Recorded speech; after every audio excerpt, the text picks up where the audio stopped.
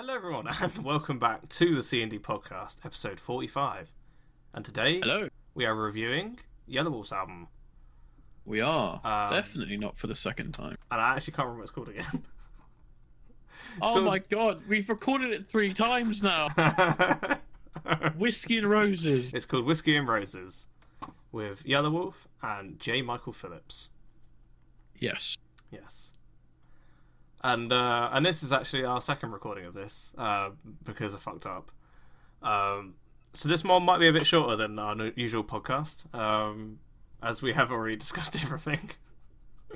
We filmed a full podcast, only for when Danny was about to edit it, realised his microphone was off because he had issues with the previous podcast not working. So. Yeah, good times. So yeah, should we do what we did? What we did last time. We'll give a summary of the album and then we'll go track by track. I feel like that's a good way to do it. So I went into this album off the basis of I Swear, which I know I've already told you this, but I think is absolutely amazing. I love that song. Currently, never mind. I've got like Joyner Lucas all over my thing at the moment. I was gearing up for our next podcast. So basis. I actually love I Swear. I feel like that. I don't know. I think it's brilliant. I still wish it was longer actually as well, because like both of them do only have like a verse each. But then I could say that for most of this album actually. And you were saying one of the songs only had one verse, so yeah. Yeah, actually, a couple of them I think. There was one of them he didn't even sing on. No. So yeah, I think I gave it a 7, didn't I? Yeah.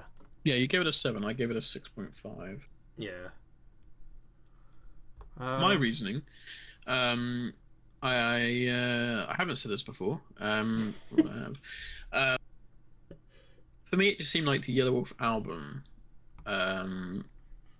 is just Michael's album, but he features in a lot of the songs rather than the other way around. Yeah. I think it needs to be 50-50 at minimum. But at the end, the album starts off not that great, which we'll go into in a second.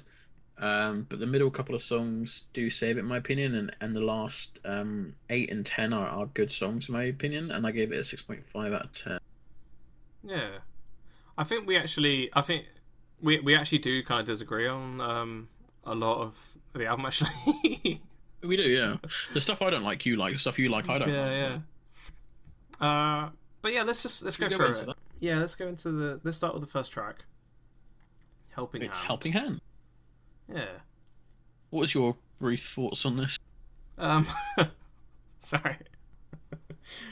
I enjoyed Helping Hand.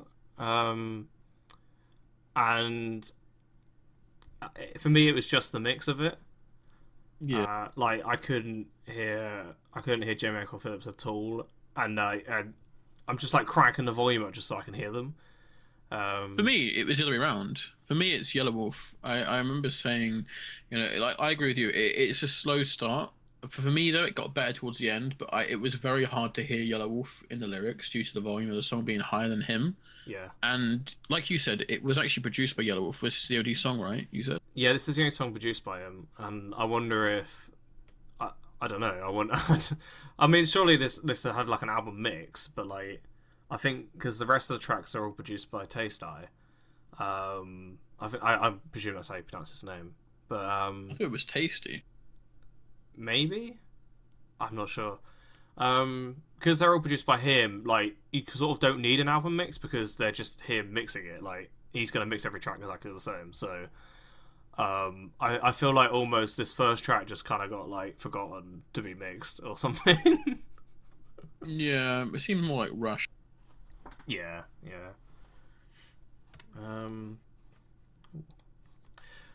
So, yeah, a good first track, a bit of a slow start, and sort of almost like a disingenuous like intro as well, because it doesn't, other than Falling, it doesn't really reflect maybe Searching for Heaven, but it doesn't really reflect the rest of the album in that way. These are like deep album cuts, and they should be further in the album. One thing I heavily discussed in the in the podcast that we ruined, that I didn't record properly, was the track listing. Yeah, I do feel like Helping Hand, Falling, Searching for Heaven should be deeper in the album. Don't start the album that way if it's not got a follow through. Yeah. Because by Honey Hole, Giddy Up, and Yay Yay, and Big Trucks, it's well, yeah. I mean, Honey Hole does go to shit, but but the vibe is such a different, like, it's like a higher vibe. It's more energetic as there's things going on. The album struggles with its identity. It does, yeah. And I feel like just a change in the track listing would have helped that a lot, actually. Yeah, for me, it's like I said, they're going on to number 2 now. For me, you said you really like this song. I love I Swear, yeah.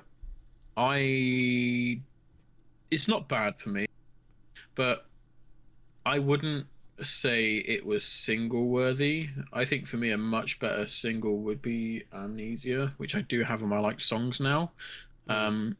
Definitely had it all the whole time. Yeah. I just feel like I wouldn't have released it as the identity for the album. I think a much better job for that was Amnesia, in my opinion. Yeah. Yeah, fair enough. I do really like I Swear. I feel like I Swear, if it's not my top, like, my Spotify Wrapped, then something wrong happened, you know. Yeah. I've every time, well, I've had the song on like a bit before the album came out, but even listening to the album now, I'm like, oh, I'll replay that one again because it is good. And I was trying to do that with some of these tracks. I was just trying to like I listen to the track and then just rewind it and start again, you know. Really trying to have each track as an identity, but also the album as a whole. Yeah. But yeah, no, nothing. I feel like I Swear could have just been a single on another album. Yeah, really. that's fair. Yeah. Yeah. Should we move on to Amnesia? Great song, much better flow in my opinion. Yeah. Good lyrics. I'll say it now. It should have been the single release for the album. And again, it's been added to my liked songs. I liked it that much. Yeah, yeah, Amnesia is good. I like Amnesia. I think it just got a music video yesterday. I haven't watched it yet, but yeah, no, it's good. It's good. Let's go on to Falling. Now, Falling again is a very personal track. I think Yelawolf references his wife and his kids, and which is it. I don't know. I struggle with this album because I'm like, is it a personal album or is it not? Because like, I feel like in a joint album it can't be. Yeah, I feel like, yeah. And I feel like for me, Falling, it wasn't great, but Yelawolf's lyrics really, and the story of the song as well, it really saved it, and it did get better as it kicked in. It just suffered again from the start. Yeah. The first 4 tracks really good. I would say, like, obviously given the track listing, like they're in the wrong place, but the first 4 tracks brilliant. This album might have possibly been an 8 had it continued this vibe. Yeah. But then we get on to track 5. It's weird, mate. I don't. It didn't fit the flow of the album for me. And to be honest with you, it's not needed, and it just seems more like filler than anything. Yeah. My ears perked up a bit at the beginning. I was like, oh, the beat's good. Oh, the hook's good. And then the fucking autotune came in, and I was like, why? J. Michael Phillips actually does have a really nice voice. And so does Yelawolf. Like Yelawolf can sing and rap. Like he is a good artist. And I thought, oh, maybe it's just I to be fair, actually, I thought another feature had come on. Like you know when an album gets first released and they don't have all the features out. I thought it was like some I don't know, some like mumble rapper had come on, and like I was like, who the fuck's this? Like it's awful. And then to find out it was just J. Michael Phillips, I was like, no, why has he done that to himself? Like. Yeah, it's one of those things. Confidence is probably a huge thing. Maybe it wasn't his style of song. And then Yelawolf does the same thing in the second verse, and I'm like, no. No idea. It's a shame because I think without that it would have been an alright song. Just don't think it fit, mate. It's the weakest. It's the weakest track of the album. Yeah. Oh, 100% by far. Yeah. And that's saying something. We got some shit ones coming up. So our next track is Giddy Up, track 6. You didn't like track 6, did you? I my only notes for this is I'd rather not Giddy Up. I just don't like it at all. It's a stupid song. Again, I actually like the production on this one, and I do like the verses, and the hook did start to grow on me a little. I was a bit like, yeah, I'm gonna giddy up. I don't think I ever want you to say that sentence again. But only on repeat listens. I feel like this album might grow on me a bit once I listen to the lyrics a bit more. It's like I said to you in the first recording of this podcast. Yeah. I don't think you shouldn't need a song to. You shouldn't need to like a song after 8 listens of it. It should captivate you in the first listen, I feel. Yeah. No, you're right. You shouldn't need to be forced to like it over time. Like, I feel like with a hook change, it could have been alright. It could have been better. Yeah. Yeah. So that leads us on to track 7, Searching for Heaven. Searching for Heaven. Again, not bad. But not that great either. Yelawolf does save it with the bars at the end. Again, though, this is a track where it's 90% Michael, 10% Yelawolf. He does one verse at the end. It was like 15-20 seconds. Yeah. It's very... He does feel like the feature on this song. In my opinion, he feels like the feature of the whole album. I feel like there's moments of him, in the hooks and stuff, and in some of the other tracks, but this one especially, he doesn't feel like he's there. It does feel like a phoned-in verse.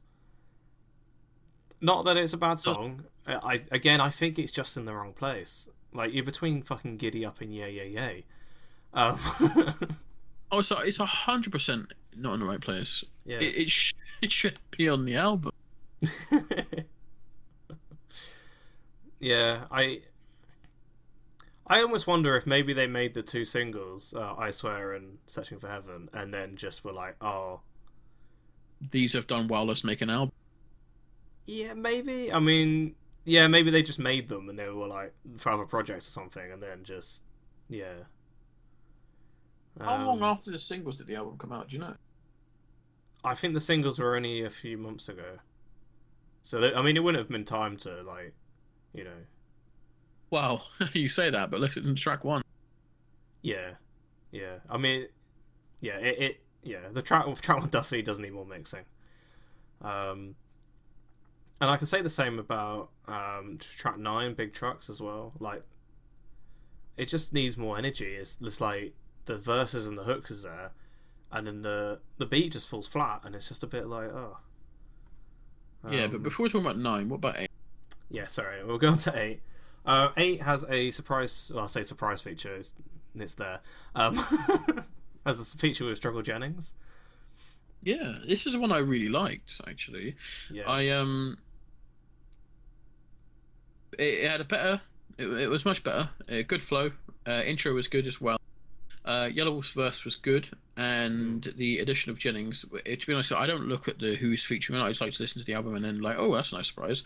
Yeah. I wrote here because I wrote down all my notes while listening to this song.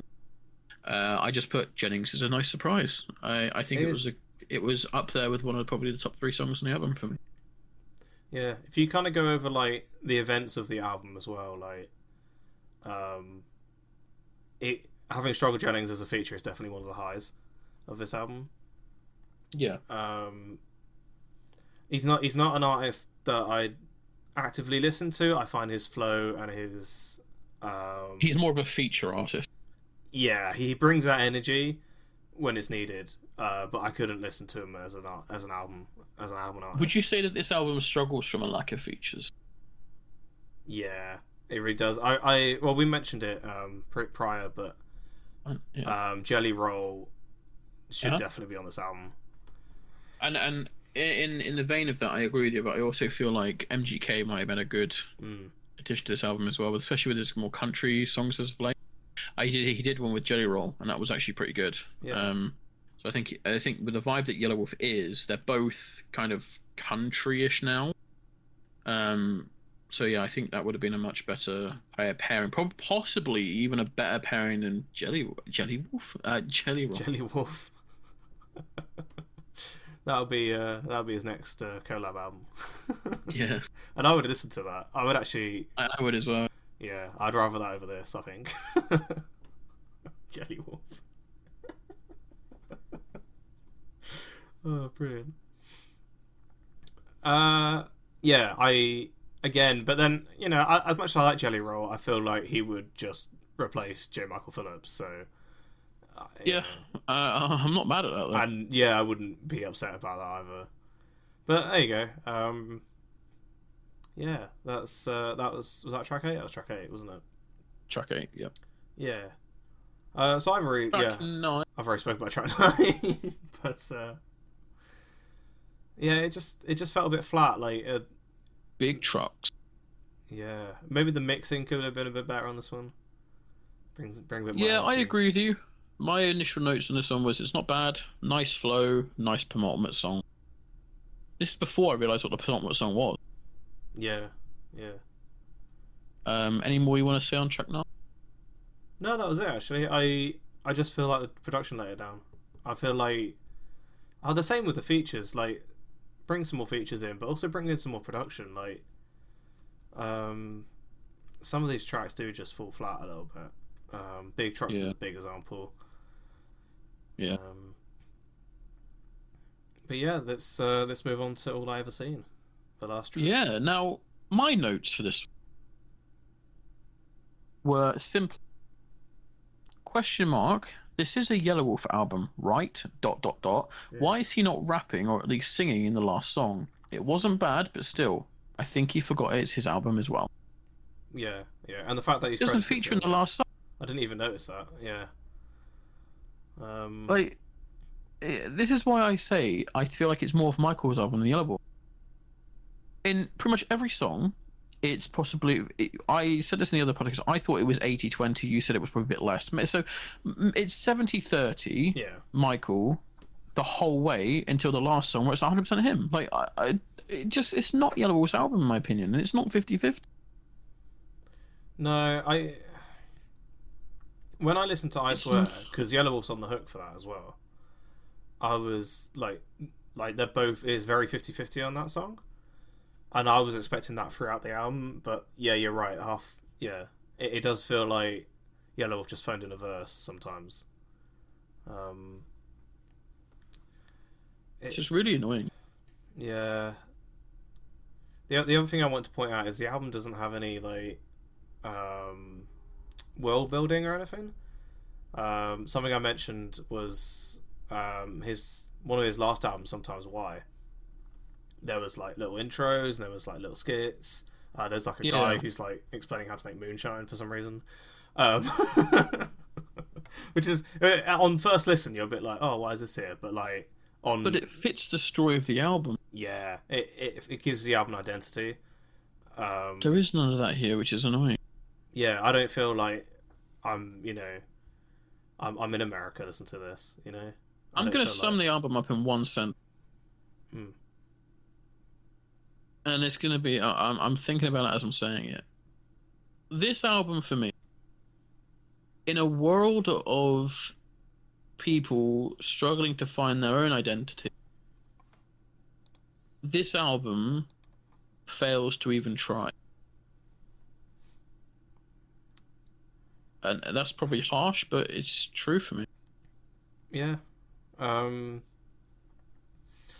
Like I said, it's like half the songs are like sort of sad, slow tracks, and then the other half is just full of energy, and it's like, and the track listing is just completely off. If you're gonna start the album slow, then have the whole album slow. Like, you can start it with high energy, start it with the singles, or but for it to just like, I don't know, I just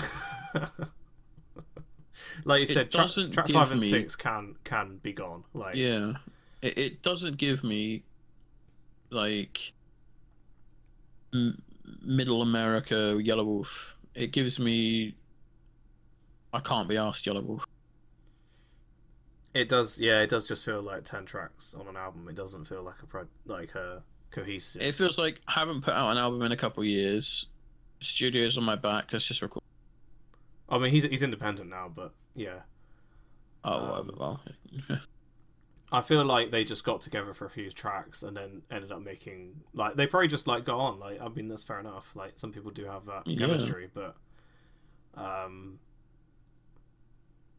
yeah, I'm happy there isn't any more songs. Let's put it that way.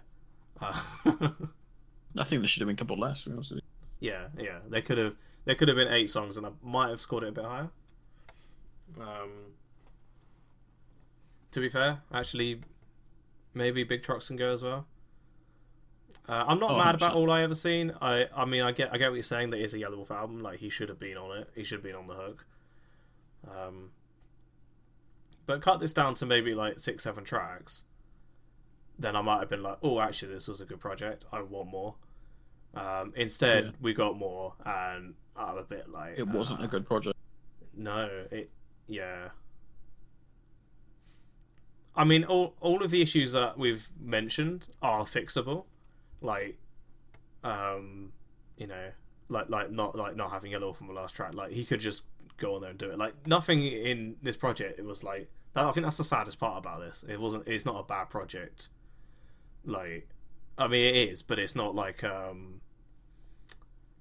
it's not inherently bad. There's loads of good points in it, Oh yeah, I agree. And it's sort of a disappointment that it's not. It not, misses the mark. Yeah, exactly. Like you said, it doesn't really have an identity. It's just it's all over the place. I think that was it. Anything I've forgotten to say? I don't believe so. No. Well, we'll leave it there then.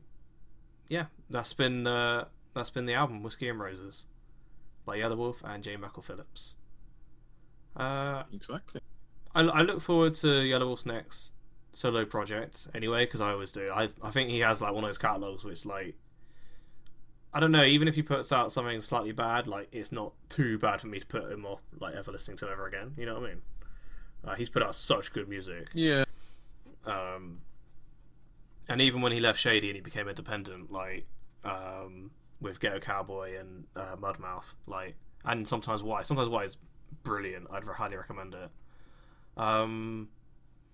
Yeah, even when he went independent, which some artists like don't know sort of what they're doing, and it's like, Yelawolf, like, he knows who he is, he knows what,